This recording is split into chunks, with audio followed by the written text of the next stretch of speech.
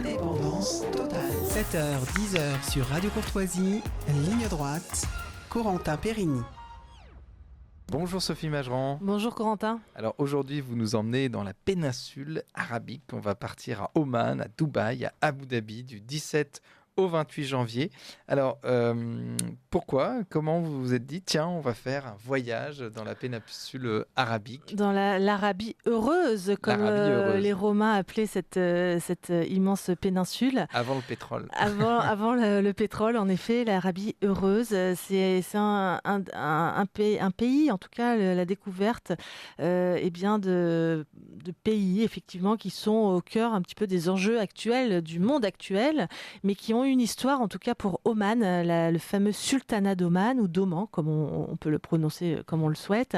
Et c'est l'occasion d'aller à la découverte notamment de ce sultanat. On va en reparler, qui est extrêmement riche, avec vraiment de très belles villes, des oasis de montagne, toute une ambiance, et puis surtout un calme, une grande, un grand sens de l'accueil. Beaucoup de gentillesse vraiment dans cette population du sultanat d'Oman, c'est ce qui caractérise sans doute les Omanais. Et puis on est obligé, j'ai envie de dire, de passer par les Émirats Arabes Unis en étant si proches, et de toute manière pour les connexions des vols, nous serons dans l'obligation de passer par ces Émirats, et donc de découvrir Dubaï et Abu Dhabi, où c'est la démesure absolue, notamment à Dubaï, qui règne là, avec, vous savez, ces îles artificielles, la tour la plus haute du monde, le Burj Khalifa, etc. C'est le royaume de la démesure absolue. Ce sont ces nouveaux riches, effectivement, assis sur leur puits de pétrole, qui ne savent plus peut-être quoi faire de leur argent. Mais toujours est-il que c'est intéressant, je crois, de découvrir ces cités que nous ne connaissons pas, nous, en Occident, qui sont hors de taille. Tout est démesuré, absolument, là-bas. Alors, et pour partir, vous avez évidemment, on connaît maintenant Odeya, il y a des conférences sur l'histoire du pays, sur l'histoire d'Oman, de Dubaï, d'Abu Dhabi. Vous partirez avec qui pendant ce voyage ? Écoutez, ce sera avec moi. C'est moi-même qui accompagnerai ce voyage. Je suis ravie de pouvoir le faire. Donc en janvier prochain, 2024, ça arrive très très vite. Il est encore possible de s'inscrire. On a dit que ce serait un voyage qui se déroulerait du 17 au 28 janvier. C'est là une très bonne période d'ailleurs pour visiter ces pays. Il fait pas trop chaud, encore que, mais non, on est bien. Et puis on pourra se baigner. On parlait tout à l'heure des oasis de montagne. Vous avez des retenues d'eau absolument merveilleuses avec de l'eau douce. Vous avez également, et ça fait partie du voyage, c'est un incontournable à Oman, les fameuses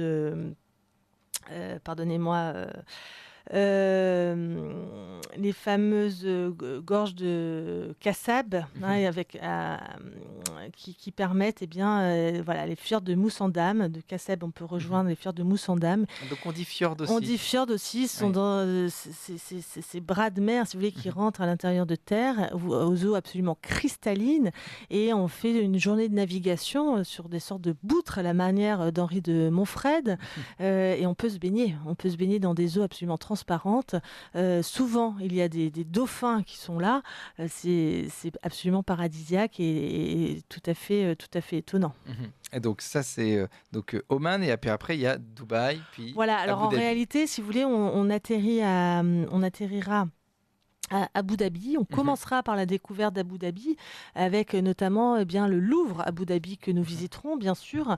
Abu Dhabi qui est peut-être l'un des pays des Émirats les plus discrets. On en parle moins, me semble-t-il, que Dubaï ou que le troisième, là, dont le nom m'échappe, qu'on connaît aussi. Dubaï, Abu Dhabi et le Qatar. Et le Qatar, voilà, je pensais au Qatar, merci. Mais toujours est-il qu'à Abu Dhabi, vous avez ce fameux Louvre qui est là, qui mérite quand même le détour, puisque nous y sommes. C'est une véritable perle architecturale, vraiment en plein milieu du désert. C'est ce musée qui est le symbole de l'alliance, si l'on veut, entre la France et Abu Dhabi. Mais c'est vrai qu'il y a des liens importants, en tout cas par les temps qui courent.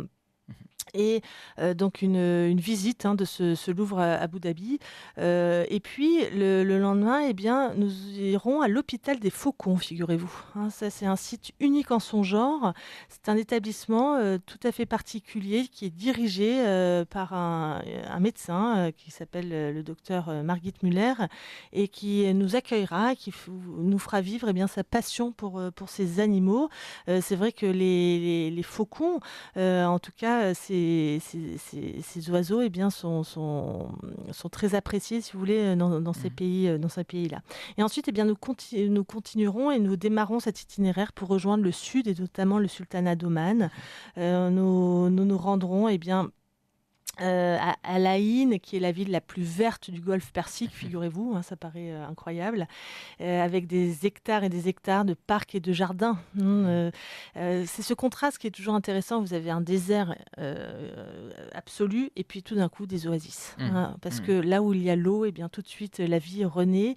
Et avec à Al Ain, ces grands parcs, ces grands jardins fleuris, vous voyez, c'est très, très apaisant tout ça. C'est très beau, il fait bon, on est à l'ombre des arbres, l'eau qui coule, très très agréable.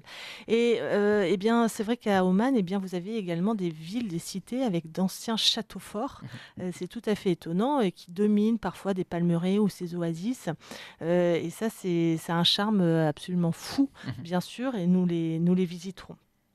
Et nous continuerons en direction du sultanat d'Oman, vers Nizwa, avec son fort là aussi. Et puis nous rejoindrons d'autres châteaux forts comme celui de Jabrin qui est tout à fait étonnant. Et nous reviendrons peu à peu, après avoir visité toutes ces oasis de montagne, vers la côte et vers Mascate. Mascate qui est la ville et la capitale d'Oman, qui mérite bien sûr le détour. On verra d'ailleurs une usine de boutre qui fabrique encore aujourd'hui ces embarcations traditionnelles. C'est tout à fait intéressant. On parlait à la fin, on parlait tout à l'heure qu'à la fin de ce séjour à Oman, on passerait dans les fjords de Moussandam, donc qui méritent le détour. Il faut reprendre un vol intérieur. D'ailleurs, c'est étonnant parce que c'est assez éloigné du reste du pays. Et puis surtout, c'est coupé. C'est une petite, si vous voulez, excroissance qui est complètement coupée du reste du pays.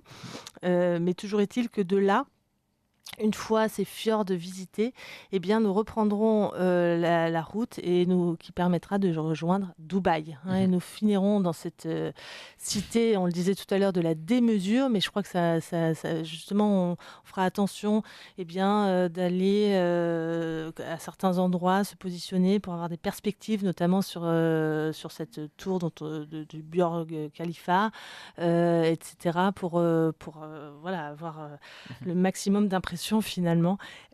Également à Dubaï, nous rencontrerons un Français installé sur place qui généralement nous fait l'amitié de venir nous voir et qui a tout un tas de choses à raconter de sa vie quotidienne, si vous voulez, dans cette ville de Dubaï. Cette ville de la démesure, alors cet Orient qui a rencontré, à la fois qui est resté très Orient et puis qui a rencontré toutes les nouvelles technologies, puis l'argent du pétrole qui a fait émerger ces villes du désert en l'espace d'une vingtaine d'années. De Bédouins, ils sont devenus milliardaires. C'est quand même étonnant, c'est sûr. Oui. Alors, c'est une petite précision aussi. Là, tous ces derniers temps, tous ces derniers mois, il y a de nombreuses fouilles archéologiques qui ont permis de mettre au jour de grands sites chrétiens, paléo-chrétiens, et donc qui marquent et qui indiquent bien, mais on le savait déjà par les textes et par l'histoire, mais c'est sanctionné là par l'archéologie de terrain, que des moines et donc des populations chrétiennes ont vécu dans cette Arabie pré-islamique. Tout à fait. Donc ça, c'est ces trois villes. Alors évidemment, vous avez des auditeurs et vous avez des clients à Odeya qui sont catholiques, qui voudraient aller à la messe. Alors il faut le dire, à Dubaï et à Abu Dhabi et à Oman, c'est possible. En tout cas, il y a des églises qui sont dédiées. Alors d'ailleurs, elles sont souvent proches d'une mosquée, un petit peu comme si on voulait surveiller. Alors pour dire une petite anecdote personnelle, je suis allé moi-même donc à Dubaï. Nous sommes allés à la messe pour Pâques et donc on a quand même eu pendant la messe, avec mes parents, j'étais avec mes 2 parents que je salue s'ils m'écoutent, pendant la messe, il y avait le muezzin, on a entendu le muezzin qui était juste à côté. Et eux sont allés plus tard à Abu Dhabi. Et figurez-vous que la mosquée en face de l'église s'appelait la mosquée de la Vierge Marie, mère de Jésus. Oui, c'est pas étonnant. C'est vrai qu'il y a c'est incroyable de se dire ça. cette comment dire, lutte et cette, en tout cas, façon de vouloir s'imposer. Au Liban, on observe exactement la même chose. Là, vous avez une cathédrale chrétienne en plein centre de Beyrouth. Il y a cette grande mosquée Hariri qui a été construite et qui écrase la cathédrale. Bon. Donc, c'est assez classique. Néanmoins, et il faut le savoir, il y a des populations chrétiennes importantes, et notamment de ces travailleurs immigrés qui viennent d'Extrême-Orient, d'Asie du Sud-Est, des Philippines, et des Philippins, etc., et bien qui viennent à la messe. Et donc, vous avez beaucoup plus de chrétiens et donc de cultes chrétiens dans cette en tout cas catholiques, dans cette péninsule arabique, qui vient une 50aine d'années. Oui, donc, il faut le préciser. Et d'ailleurs, c'est toujours intéressant de voir qu'il y a des tendances comme ça qui s'inversent, alors qu'il n'y avait pas une seule église dans ces endroits-là il y a encore une 50aine d'années. Aujourd'hui, vous avez des lieux de culte qui sont bondés en plus, qui sont pris d'assaut par ces populations catholiques. Oui, tout à fait. Et donc, nous irons, pour ceux qui le souhaitent en tout cas, à la messe, bien sûr. Nous proposons toujours, et ça c'est la particularité d'Odeya lors de nos voyages culturels, là où c'est possible, mais c'est pratiquement possible absolument partout dans le monde, d'assister à la messe le dimanche pour ceux qui le veulent. Et c'est toujours intéressant, même certains qui ne pratiquent pas viennent, parce que généralement cela à l'issue se termine par une rencontre, par des échanges avec le prêtre ou avec les fidèles, et c'est toujours très très intéressant. Eh bien, écoutez, on a envie encore de partir avec vous. Il n'y a pas de spécialité culinaire, pas forcément. Non, en tout cas, on peut bien manger, on peut très bien manger à Abu Dhabi. C'est pas un obstacle. Non, ce n'est pas un obstacle. Ce n'est pas aussi raffiné, par exemple, que la cuisine orientale libanaise, si vous voulez, mais c'est tout à fait correct. Et puis surtout, peut-être, ce qui est caractéristique à Oman, c'est cette culture de l'accueil par le thé. On vous accueille non pas par du café, mais par un thé brûlant. Et ça fait partie vraiment de la civilisation locale, j'ai envie de dire, de la culture locale. Alors, magnifique séjour. Je le rappelle, Oman, Dubaï, Abu Dhabi, du 17 au 28 janvier avec l'agence Odeya. Agence Odeya que vous pouvez contacter au 01 44 09 48 68. Je répète, 01 44 09 48 68 ou par mail à contact@odeya.fr. Alors voilà, et toujours, je vous le dis, même si c'est fin janvier, ça vous paraît long, et bien figurez-vous que tout part très très vite. Donc évidemment, on vous invite à vous inscrire le plus vite possible pour ne pas que ça vous passe sous le nez. Merci à vous, Sophie Mageran. Merci, Corentin. Et on se retrouve la semaine prochaine pour une autre chronique voyage.